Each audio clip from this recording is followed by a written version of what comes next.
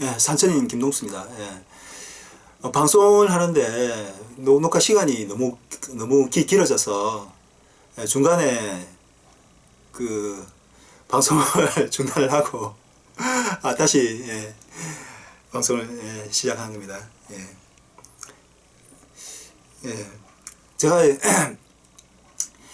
오늘 이제 그 산천인 주요 뉴스를 이제 준비를 하면서 역사적 사례를 이제 좀 여러분한테 좀 중점적으로 설명하자 그렇게 이제 생각하고 이제 이렇게 방송을 이제 진행을 했는데 방송을 하다 보니까 워낙 이제 시간이 이제 길어져 가지고서 그래서 이제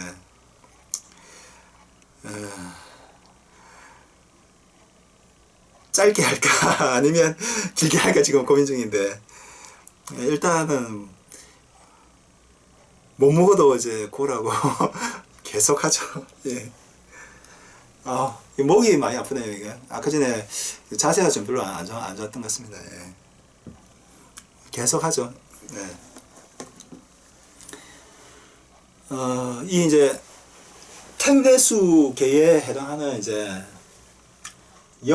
역사적 사례가 탱례수계에 해당하는 이제 역사적 사례가 뭐가 있겠어요. 이 탱례수계에 해당하는 실제적으로 이제 역사에 있었던 요 탱례수계 여당을 야당이 막 쫓아가는 시대, 여당이 이제 독주하는 시대, 역사적으로 이런 사건들이 많이 있을 수는 있겠죠, 그죠? 역사적으로 여당이 이제 여당이 독주하고 야당이 이제 쫓아가는 그런 사례는 많이 있을 수 있겠죠. 그런 사건들이 많이 있을 수는 있습니다. 많이 있을 수는 있고 그런 이제 사건들 중에서 이제 저는 이제 여러분들이 이제 쉽게 이해를 할 수 있도록 이제 최근에 이제 역사적인 이제 사건을 이제 예를 들어서 이제 제가 선택을 했습니다. 여러 가지가 있는데 뭘 선택을 했느냐? 김대중 대통령을 선택을 했습니다. 김대중 대통령이 이제 IMF 위기를 이제 극복을 했죠. 그러니까 김영삼 대통령의 이제 임기 이제 말기에 이제 IMF가 이제 터졌지 않습니까? 그래서 이런 이거 지금 저 전화 왔네요. 이거 어떻게 해야 되나 이거?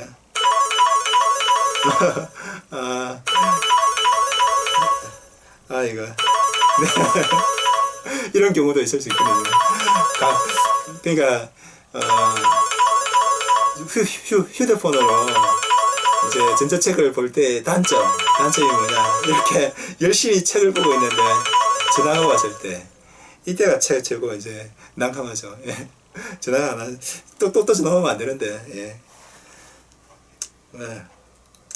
그 탱례수 시기에 보면 이제 김영삼 대통령이 이제 임기 말기에 이제 IMF가 이제 터지면서 우리나라가 이제 IMF 구제 금융을 이제 받게 됐잖아요. 그래서 이제 김대중 대통령이 이제 이렇게 딱 침을 하면서 IMF 이제 위기를 이제 극복을 했거든요. 그때 이제 그 당시로서는 제가 봤을 때 이제 여당이 이제 강력하게 이제 이끌어 나간 거죠, 그죠? 그러니까 여당이 이제 야당도 그 당시에 이제 기존의 여당이었던 기존의 민정당이었나? 하여튼 김영삼 이제 대통령이 이제 여당이 이제 야당으로 되었지 않습니까? 그러니까 기존에 이제 야당이 이제 여당이 야당이 되고 그다음 야당이 여당이 됐지 않습니까? 예. 그래서 이제 김대중 대통령이 이제 주도적으로 이제 막 그때 이끌었거든요. 그런 상황이 그런 게 이제 맞고, 그래서 이제 제가 이제 IMF 위기를 극복한 김영삼 대통령이 아니라 김대중 대통령, 그걸 이제 역사적인 사례를 이제 딱 설명했습니다.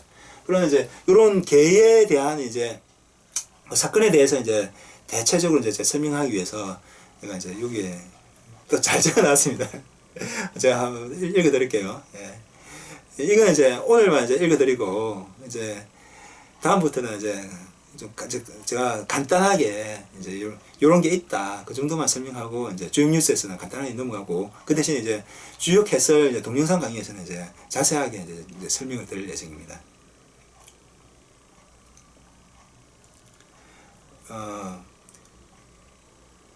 지금 녹화되고 있는 거죠. 이게 네, 방송을 이렇게 오래 하니까 별로 안 좋네요. 이거 앞으로는 이제 좀 짧게 해야 되겠습니다. 예.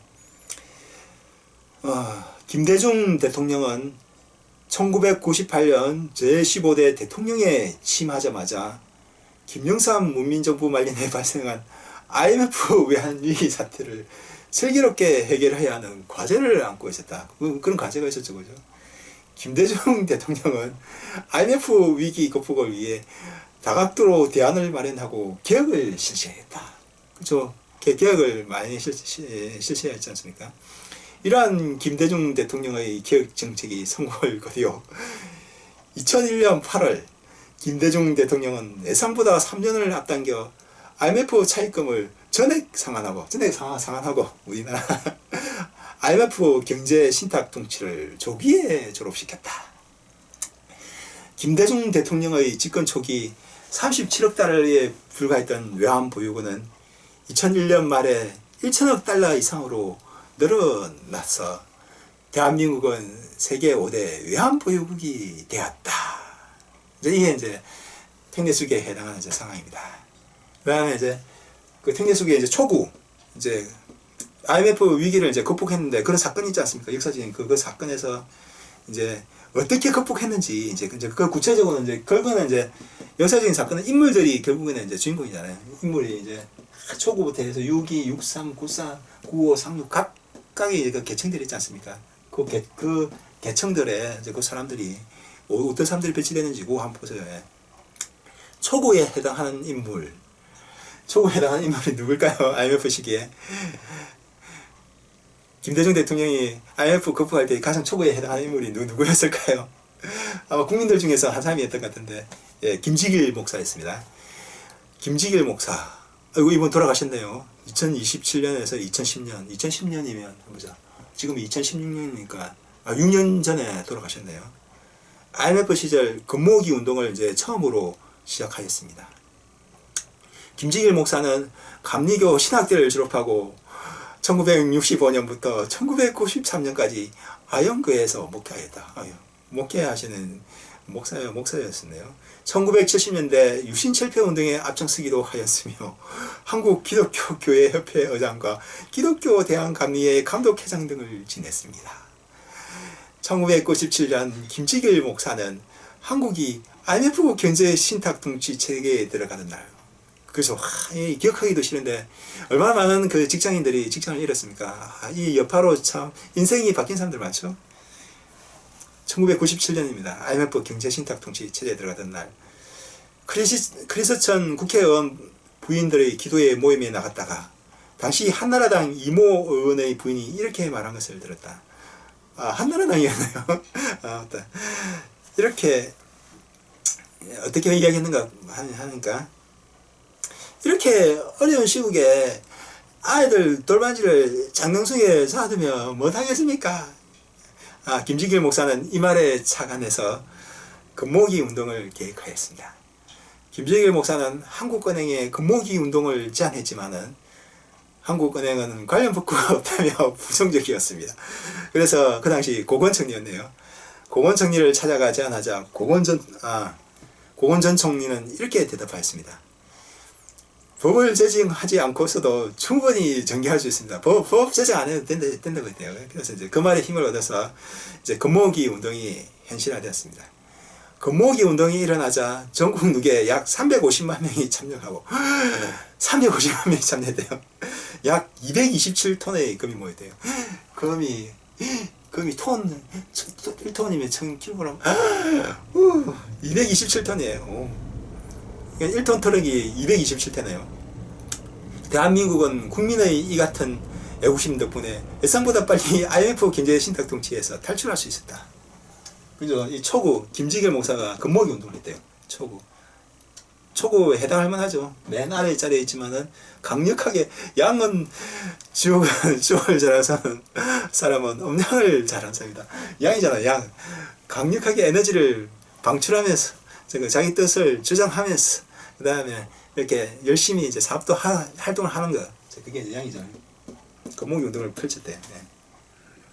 그다음 유기에 해당하는 인물은 누굴까? 유기 정도 되면 유기는 이제 위치로 보면 이제 이 정도 해당하면 한 사회에서 보면 뭐 군인, 뭐 장군 또는 뭐 일반 사회에서 보면 뭐 이제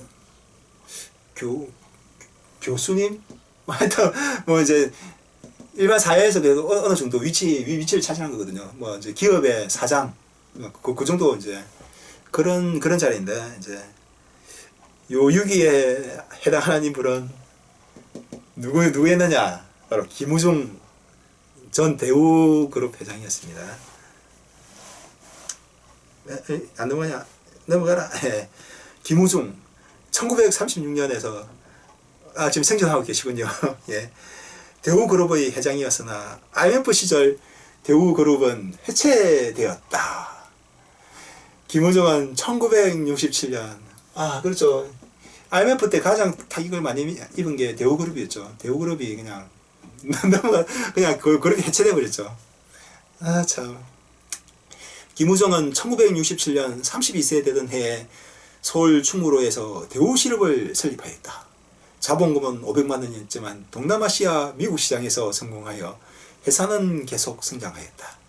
그리하여 1982년 1월에는 대우그룹을 출범시켰고 세안 자동차를 인수하며 재계 4위에 올랐다. 거의 입지적인 인물이었죠.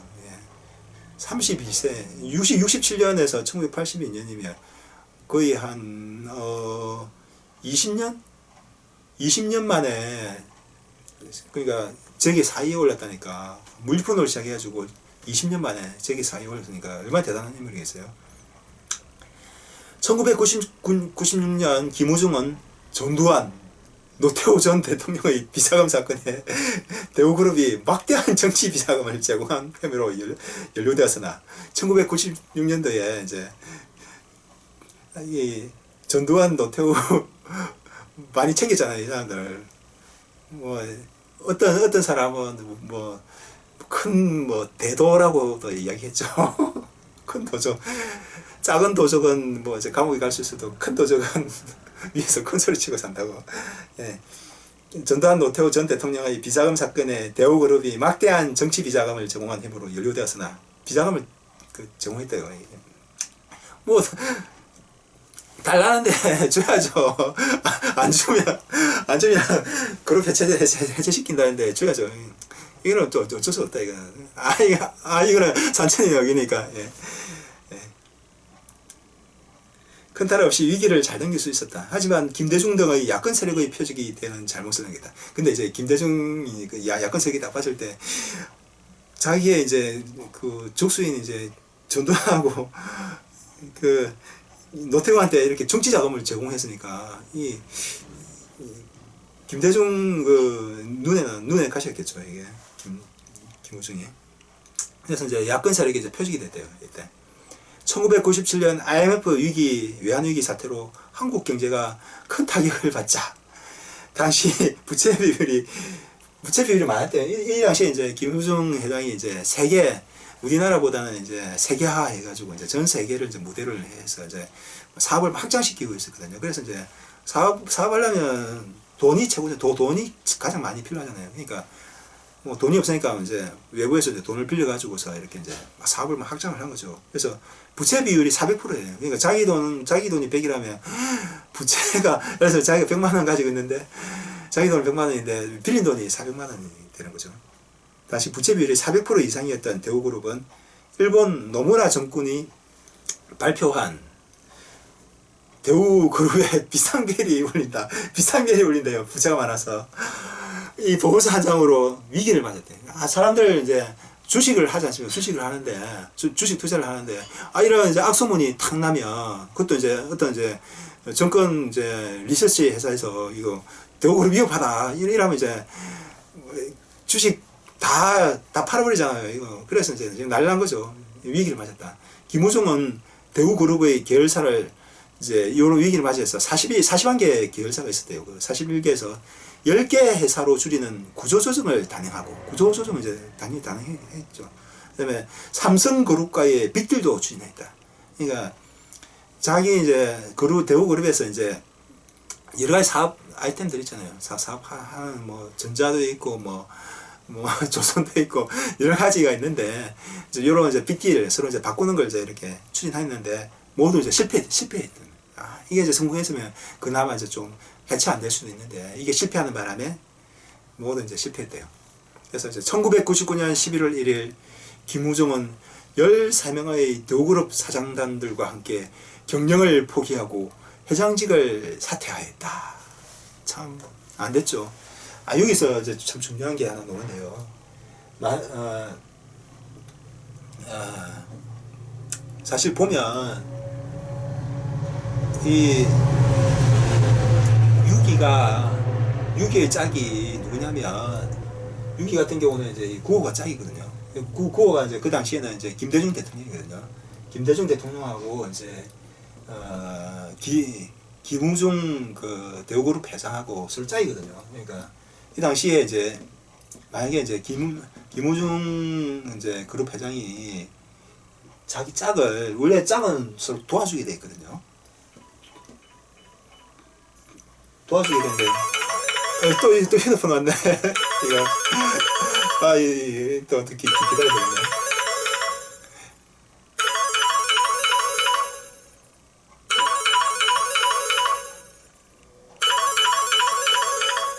예. 여러분 잠시만 기다려주세요. 나중에 전화드려야 되겠네. 예. 지금 안 되고. 원래 이제 자기 짝은 이제 서로 이제 도와주게 돼 있거든요. 도와주게 돼 있는데 이 운이 나쁘게도 이제 김우중 회장이 도움을 못 받았어요. 도움을 이제 못 받았는데 아마 이제 김우중 회장이 이제 좀 주역을 좀 통달하셨더라면 이제 김우중 회장이 이제 김대중 대통령한테 찾아가가지고 잘못했다고 빌고 내 잘못했으니까 좀 살려달라고 막 무릎 꿇고 빌고 그렇게 했으면 될 수도 있었어요. 이게. 될 수도 있었어. 근데 내 보니까 여기에 초구 있잖아요. 초구. 6기가 초구한테 초구를 믿고 있었어. 그러니까 초구가 뭐냐면 이 자기 대우 그룹이니까 대우 그룹의 이제 임직원들 있잖아요. 직원들, 그다음에 국민들. 내가 제 사이 이제 대기업인데 대마불사. 대기업은 대마불사. 바둑에도 대마불사잖아요. 이런 큰 기업을 어찌 감히 이런 큰 기업을 어찌 해체시키겠느냐. 그런 마음이 있은 거예요. 이게 김우중. 이 사람이 이제 어느 정도 주역을 조금 잘 알았더라면. 안 그러면 이 산천이 좀 일찍 태어나가지고 주역 회사를 미리 그 당시에는 전자책이 없었겠다. 예, 산천이 주역 회사를 한번 보고 딱 이제 봤으면 이 사람이 이제 겸손하게 구호를 만나러 갔을 건데 안 만나러 갔어. 초구 때문에.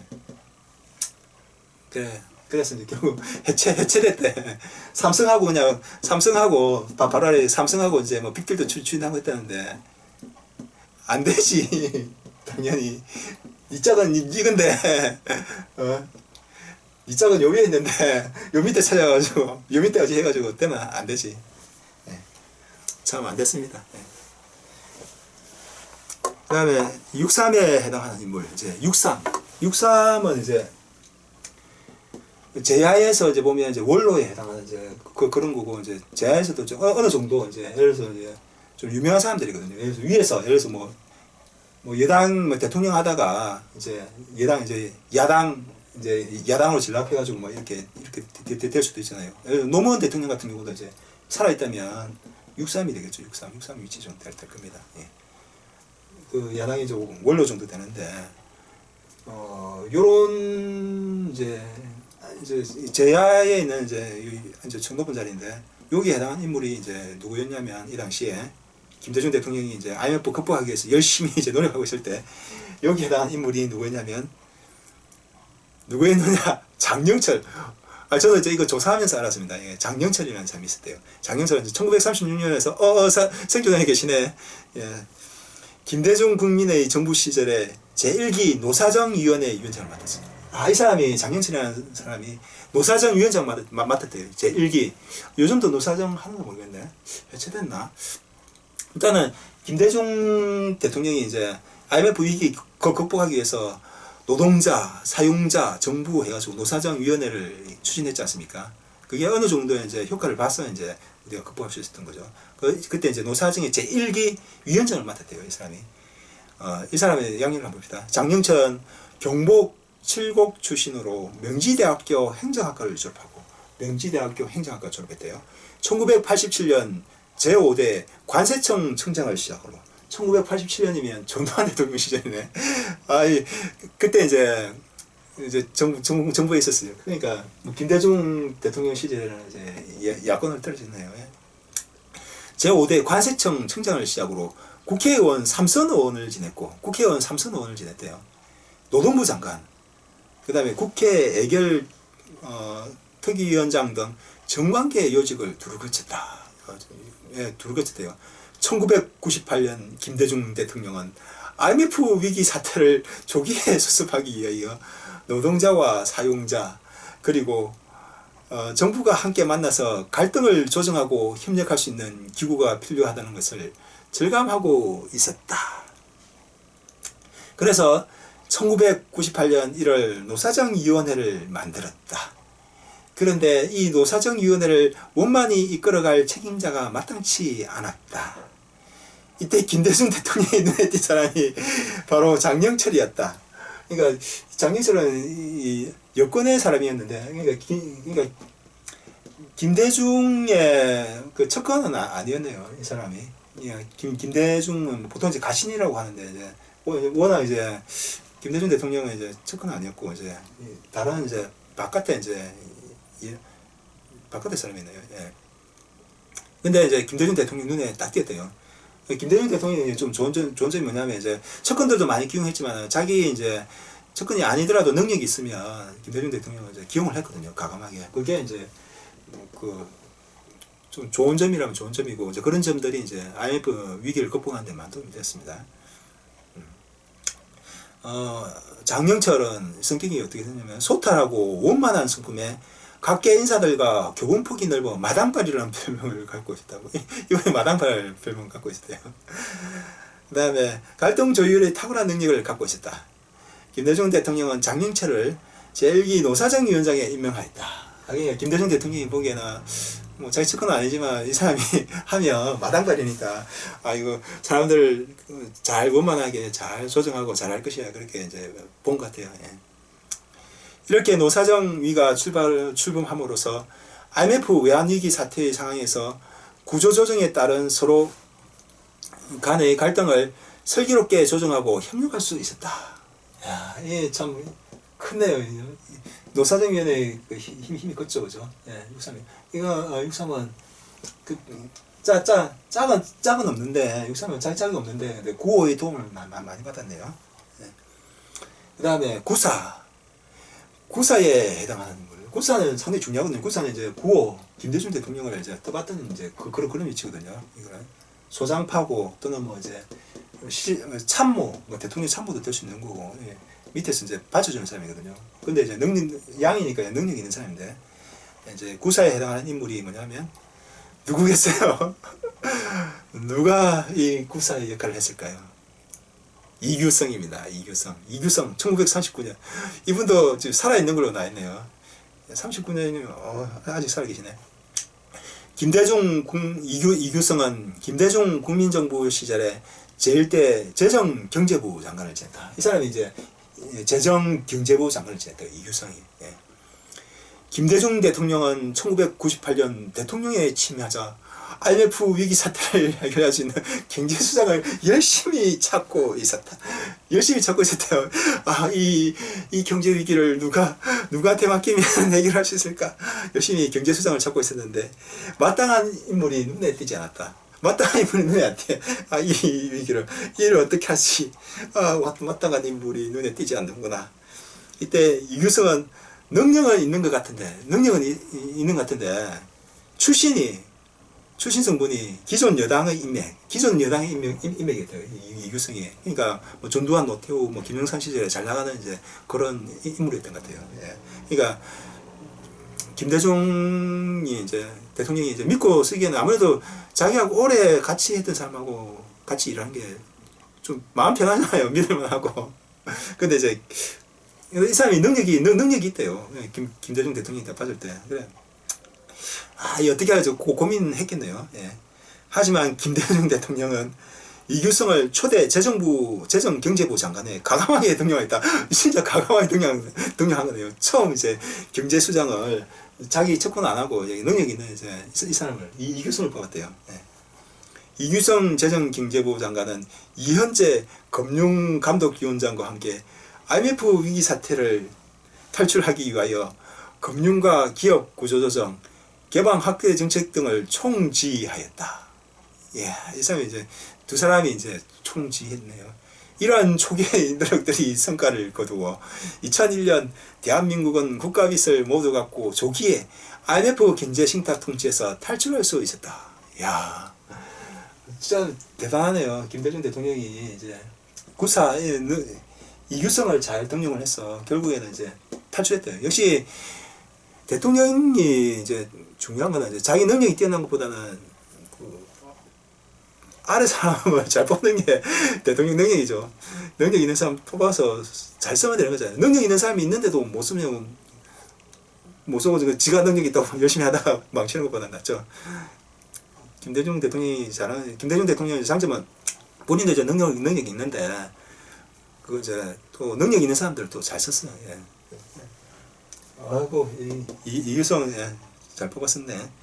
구호에 해당하는 인물 김대중. 이제 이 구호 자리는 이제 상당히 중요한 자리거든요. 이게 제국 대통령 자리고 그다음에 실질적인 리더 지도자 위치거든요. 김대중 돌아가셨죠. 2009년도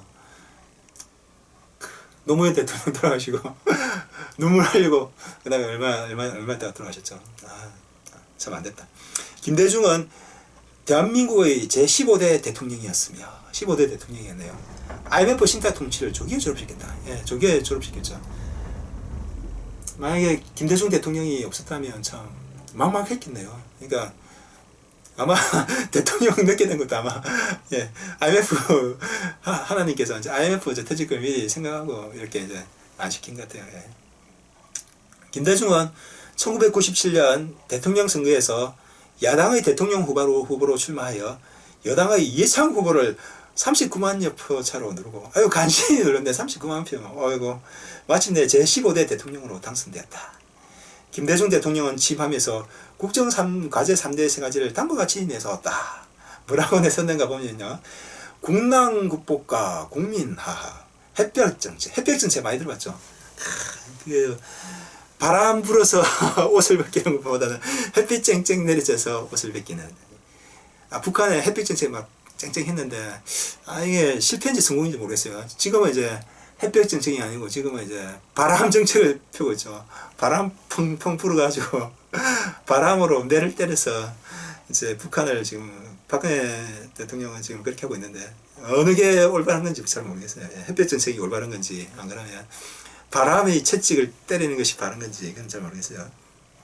제2의 건국 이 세 가지를 했네요. 국난 극복과 국민화합, 햇볕 정책, 제2의 건국. 이걸 이제 김대중 대통령의 이제 3대 이제 그걸로 내세웠네요. 그리고 이제 김영삼 문민정부 말년에 발생한 IMF 위기 사태라는 발등에 떨어진 불을 시급하게 꺼야 하는 숙제를 안고 있었다. 그렇죠. 예. 김대중 국민의 정부는 국제통화기금으로부터 214억 달러의 구제금융을 받는 대가로 강도 높은 기업 구조 조정 실시를 요구받았다. 그렇죠. IMF에서 야 기업 구조 조정해 하면서 막 사람 잘라라고 한 거죠. 예.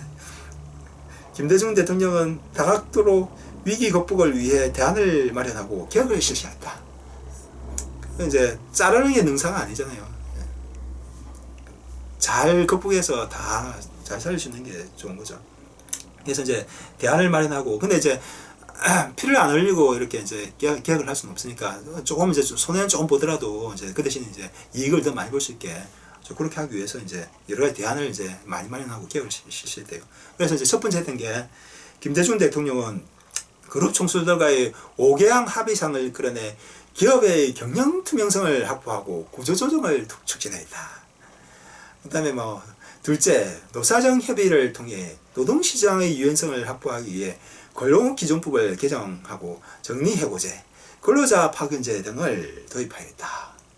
그리고 세 번째로 수출 정대 및 외국인 투자의 활성화를 위해 대통령이 주재하는 무역투자 촉진 전략회의를 설치 운영하고 외국인 투자 유치 촉진을 위해서 외국인 투자 자유지역을 설정하고 원스톱 서비스 기능을 강화하였다.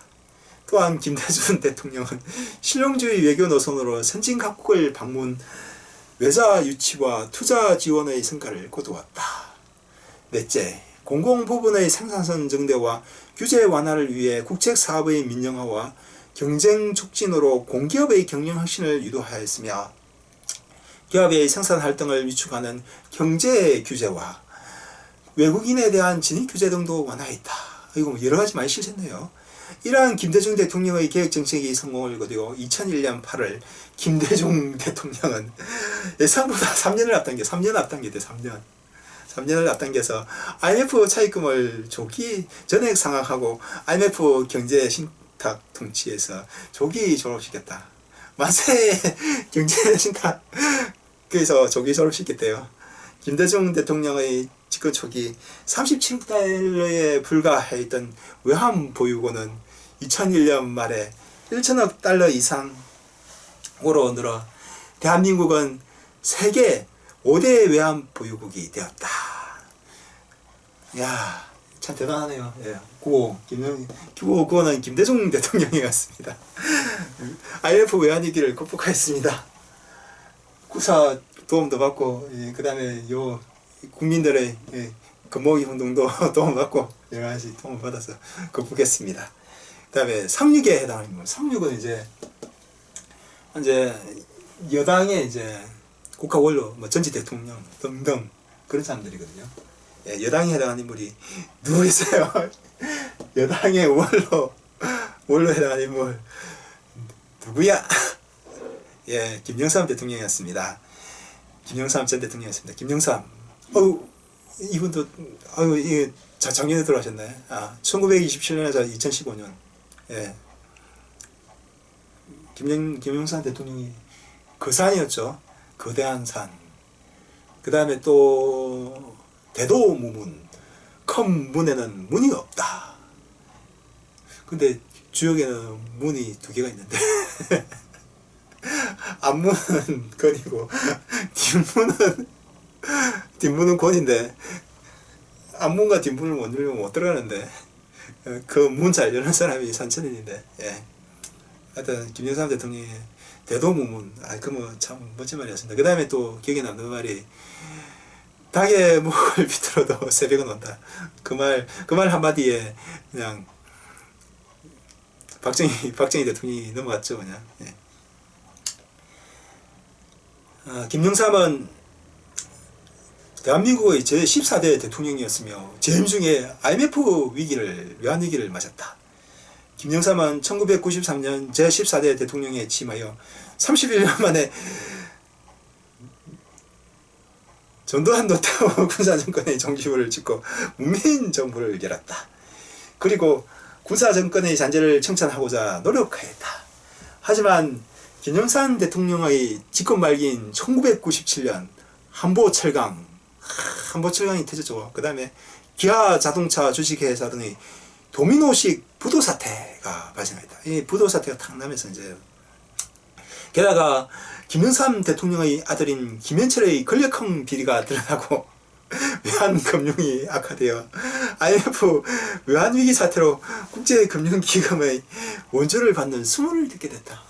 참 어렵게 대통령이 됐는데 결국은 이제 IMF 외환위기 때문에 결국에는 이제 개인으로 보면 참 수모를 당한 거죠. 나라로 보면 망신이지만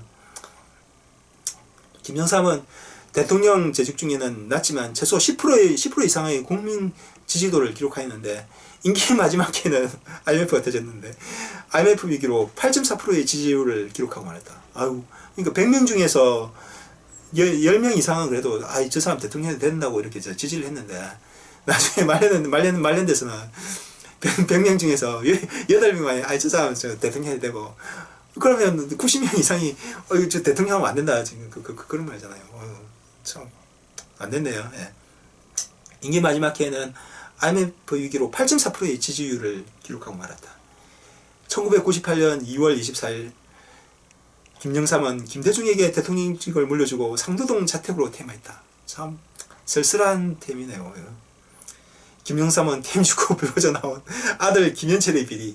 아유, 그래도 이제 김영삼 대통령은 그래도 업적은 많잖아요. 야당으로 활동하면서 그래도 우리 민주화를 위해서 많이 노력했고 대통령으로서도 좀 운이 나쁘게 이제 IMF가 터졌지만은 뭐 그래도 많은 했는데 업적을 많은 게 있는데 그래도 아들 때문에 아들이 비리를 저질렀어. 그 다음에 측근이자 인척인 홍익일 등의 뇌물수수 사건으로 불미스러운 나날을 보내었다. 참 안 되었네요. 이 상륙의 위치가 보면 상륙이 자기 짝도 없고 근데 그나마 상륙이 이제 버틸 수 있는 거는 구호 때문에 버틸 수 있는 거거든요. 상륙이 이제 구호가 그나마 이제 상륙이 저질러 놓은 이제 IMF 위기도 이렇게 이제 구호가 해결 다 하고 그래도 그나마 이제 구호가 전임 대통령으로서 대우 다 해줬잖아요. 그 김대중 대통령이 김영삼 대통령뿐만 아니라 노태우 그 다음에 전두환 국민들 막 사형시키자 하는데 아예 안 된다. 그까지는 안 된다면서 이제 막아줬잖아요, 이 사람이. 구호가. 그러니까, 이제 상륙의 위치가 원래 좀 안 좋은 자리였어요. 이 시기에. 예, 예, 이제 끝났습니다. 17장. 어우, 기네요, 이게. 산천의 주역 해설. 예, 주역 해설에 나오는 내용이었습니다. 이상과 같이 이제, 요즘에 정치 상황은 택내수계거든요. 택내수계는 이제 여당의 이제 독주를 이제 여당이 이제 따라가는 이제 그런 시기고 역사적인 사례는 이제 그 당시 이제 여당이었던 이제 김대중 대통령 그 정부 이제 그 시절에 야당은 이제 한나라당은 이제 막 따라가는 이제 그런 입장이었죠. 뭐 그 당시만 해도 이제 한나라당이 다시 이제 부활해가지고 한나라당이 이제 새누리당으로 바뀌면서 이렇게 정권을 잡을 줄 몰랐죠, 그죠? 몰랐는데 이제 열심히 이제 따라가서 이제 이렇게 이제 잡은 거죠. 그러니까 주역이라는 게 참 대단한 게 모든 것이 이제 대단하다는 거죠. 항상 그러니까 최후의 성자도 없고 최후의 패자도 없고. 한때의 성자는 한때도 패자가 되고 패자는 다시 또 성자가 되고 변화하거든요. 음이 양이 되고 양이 음이 되고 그게 이제 주역의 이치입니다. 예. 그래서 이제 지금 우리나라의 이제 정치는 이제 여당이 이제 지금 이제 독주를 하고 있는데 그러니까 박근혜 정부에서 이제 여당이 이제 김무성 대표하고 이렇게 서로 이제 독주를 하고 있는데 그리고 안철수 후보 문재인 대표 등이 이제 이렇게 열심히 따라가고 있는데 또 이 상황이 또 바뀝니다. 이게 이제 원래 바뀌는 게 주역의 이치입니다. 언제 바뀔지 이제 그거는 이제 산천님만이 알고 있겠죠. 산천이 주역은 이제 또 계산을 할 수가 있거든요. 이게 얼마 정도에 바뀌고 그 바뀌는 그 단계가 이제 바로 바뀌는 게 아니고 각각의 단계를 밟아가면서 바뀌거든요. 그 바뀌는 이제 그걸 이제 잘 아는 사람이 이제 주역의 이제 달인이 되겠죠. 아무래도 이제 오래 연구한 사람이니까 연구한 사람일수록 그 세부적인 걸 더 잘 알겠죠, 그죠? 세부적으로 어떻게 어떤 단계를 탁탁탁 거치면서 바뀌어가는지 이제 그 시기도 이제 더 정확하게 예측을 할 수 있겠죠. 예, 지금까지 이제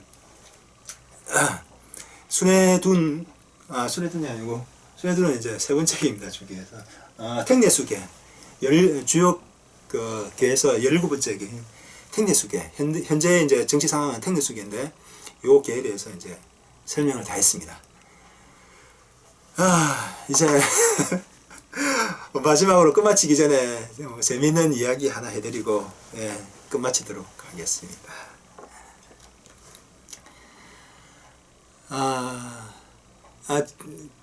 저번 시간에는 이제 박근혜 대통령 후보가 이제 대통령이 이제 되는 그 상황을 이야기했는데, 이제 그 시리즈의 이제 2탄이 되겠습니다. 이번에는 이제 김무성 이제 지금 이제 대표가 새누리당 이제 대표가 그 대통령 후보가 되려고 아직 이제 막 나서진 않았는데 뭐 이제 그런 게 이제 좀 보이니까 이제 김무성 뭐 이제 대표하고 그 다음에 안철수 이제 대표 국민의당 그 다음에 더민주당의 이제 문재인 지금 대표는 아닌데 대표 예. 이제 이제 세 분이 세 분이 이제 박근혜 이제 대통령이 이제 임기 이제 얼마 안 남았잖아요. 이제 좀 있으면 이제 2년 남았나 이제 좀 있으면 이제 이제 대통령 선거 이제 또 국회의원 선거 4.13 국회의원 선거 이제 끝나면 또 대통령 선거 또 다가오니까 이제 대통령 선거를 이제 준비하고 계신 분들 많겠죠. 이 세 분뿐만 아니라 이제 워낙 대한민국에는 이제 능력 있는 이제 후보들이 많으니까 뭐 준비하고 계신 분들이 많겠죠.